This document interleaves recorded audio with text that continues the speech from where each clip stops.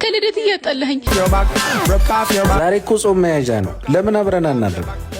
እንግባ እባክህ። ከልደት እያጣላኝ ነውረኛ ነህ። እሺ አንተ ርካሽ። ከየት የመጣሽ ናት አቦ? ገንዘቤን ከፍዬ መስሎኝ የገዛሁሽ። ዝም በል። እኔ ሴተኛ አዳሪ አይደለሁም። እና እዚህ ምን ትሰሪያለሽ? ለምን ወጥተሽ አትሄጂም? እሄዳለሁ። ማረኝ። እኔም በደለኛ ልጅህን ይቅር በለኝ። እኔንስ ይምረኝ ይሆን? እንዴት መጣ? ትላንት ጠዋት እኮ እዚህ ነበርኩ። ማታ ግን ጭፈራ ቤት ተገናኘን።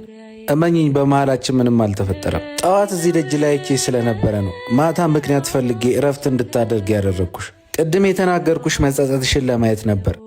ይቅር በይ። ምን ያደርጋል፣ ጠዋት ይሰማኛል ብዬ በተንበረከኩበት ፈጣሪ ፊት አያየኝም ብዬ ኃጢአት ሰራው። ክርስቲያን እኮ ጾምን በነሳ እንጂ በዝሙት አይዝም። በዝሙትና በዳንኪራ የምንቀበለው ሴጣንን እንጂ ጾምን አይደለም። እውነት ነው።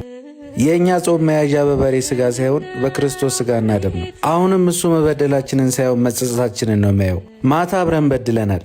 አሁን ደግሞ ሙታን ሳማር ቅዱስ ሚካኤል አንድነት ገዳም ሄደን ንስሐ እንገባለን። በዛውም በዚህ ሱባኤ በረከት እንዲሆነን በዚህ አድራሻ ገዳሙን እንረዳለን። የእናቶችን በዓት እንድናጠናቅቅ የረዳንን እግዚአብሔርን እያመሰገን አሁን ደግሞ የአባቶችን በዓት የቅዱስ ሚካኤልን ሕንፃ ቤተ ክርስቲያን በእናንተ ጸሎትና ያልተቋረጠ ድጋፍ እየሰራ እንገኛለን። አሁንም ድጋፋቸው የለይም። ሱባኤውን የበረከት ያድርግልን።